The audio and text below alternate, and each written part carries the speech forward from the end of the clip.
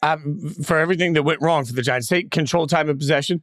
They ran for, 150 yards in the first half against Washington. They did all the little things right, but they just couldn't find a way to throw the football. Daniel Jones, first half, 4 for 6 for 0 yards. He did have a touchdown. He did have a touchdown. I love the stat that is his first home touchdown pass in 672 days. Okay, but here's the crazy thing. When's the last time we saw a quarterback that was in a contract year and the team was like, I guess we have to, and it worked out. Like, that's the thing. Like, it's like dating when you're like, well, it's time to get married because it's time. We've been dating for a long time. We should get married. Like, that rarely works out. I want quarterbacks to work out. I want quarterbacks to succeed in my bones because it means you have hope. But when it works is when everybody knows right away, man, I can't wait till we get to year 3 so we can re-up this guy. Or we're in year 4 and it's like, hell yeah, we're picking up the option. Let's get this guy paid. Let's get ahead of it. Question it. You don't even ask the general manager because you know when you are Jayden Daniels getting his 5th-year option picked up. We don't really need to ask Adam Peters about that, right? Yeah, like that kind of example. I mean, the Texans are already starting the timetable, doing the budget in advance of when we have to pick up CJ. We're going to pick up CJ. When you are sitting there saying, I don't know, I guess we got to do this because what else are we going to do? Which is what happened with Daniel Jones. Like, they came off the playoff win. They also looked around. They're like, there's not really another option. That is the worst thing that could have happened to the Giants. It was fun in the moment, but it's almost like a party where you come out of it and you're hungover for 3 days. Like, the worst thing that could have happened to the Giants was that playoff season and the win, because it gave them this false sense that Daniel Jones was becoming a thing. He had 3,200 yards of 15 touchdowns out that year. He wasn't really that much different than he ever had been. They just got a bunch of lucky wins, and then they ended up going against an overrated Minnesota team in the playoffs and beat them. But all of a sudden, you're like, whoa, Brian Daboll, Daniel Jones, he's the next Josh Allen. And you give him a 4-year, $160 million deal that everybody kind of looked around and was like, I don't know about this. I don't know if this is a good idea. And now you're just like, you've wasted. Our colleague Charles McDonald wrote about this today on Yahoo Sports they got to just end this thing. Like, they've wasted too much time. Like, there's no reason to keep this Daniel Jones experiment going. Take the L, throw in a towel. It's done. If I am the New York Giants tonight, I'm working the phones. I'm calling every team in the NFL, and I'm saying, hey, if you need a quarterback and you just want to try one out, this is my sales pitch. Look, I know Daniel Jones hasn't been great, but maybe this isn't the right environment. Maybe he needs a change of scenery. I know that there's some money that would have to be worked out. That's a bit of a difficult issue.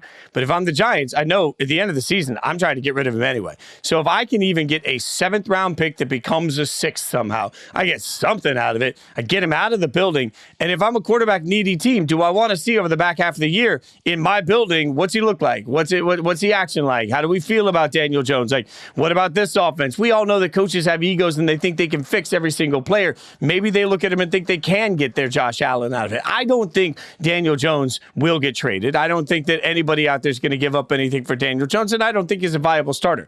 But I think if you are desperate for a quarterback right now and you got no other option, man, I'll throw funny money at somebody just to take a look, just to try something. Like, I'll try out Daniel Jones for the rest of the season, at least to find out if maybe Daboll just isn't the right guy for him. It is amazing to me that we haven't at least seen some action towards moving off on Daniel Jones. Yeah, even today, like, he has 0 yards in the first half. And I was like, Drew Lock's starting second half here. I even had basically a story written, ready for it. And I'm like, wait, Daniel Jones coming out for the second half. Why? What's the point? Like, yeah, he played a little bit better in the second half, but he was so bad in the first half, he couldn't overcome it. And you just reach a point, like you said, like a trade, yeah, the cap ramifications and all that probably prevent anything like that from happening. But at some point, you just need to turn the page. Somehow, some way, you just need to rip the Band-Aid off and say, we've wasted 6 seasons. 6 seasons on Daniel Jones. And he's really never looked good. Like, he's been okay. Like, he's topped out at okay. And he had the one playoff win. And everybody equates when a team makes the playoffs and they win a playoff game to, oh, the quarterback must be great. Like, no, that's why quarterback wins is a stupid stat. Like, Daniel Jones was not great that season by any means. He was very pedestrian. They just got on a roll with a bunch of lucky wins. And that's fun and that's great and that's awesome. But it shouldn't change your organizational thinking to be like, whoa, we're almost there. Like, we need to re-up Daniel Jones at $40 million a year. It was just, it's all around bad. And to your point, somehow, some way, they just need to change this because it is done.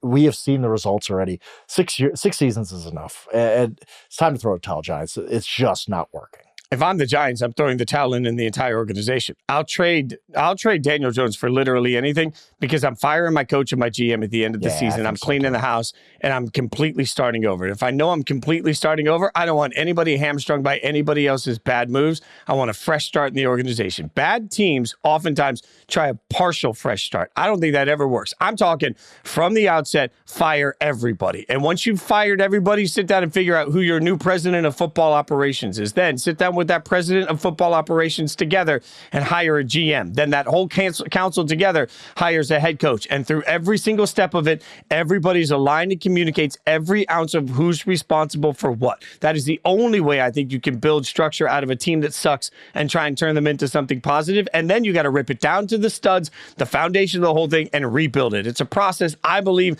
that takes years for most teams. So that's what I'm doing. And look, the one example, it didn't take years, obviously, but Washington is a great example of this. New ownership, hires new president, hires new GM, hires new coach, hires new staff, drafts new quarterback.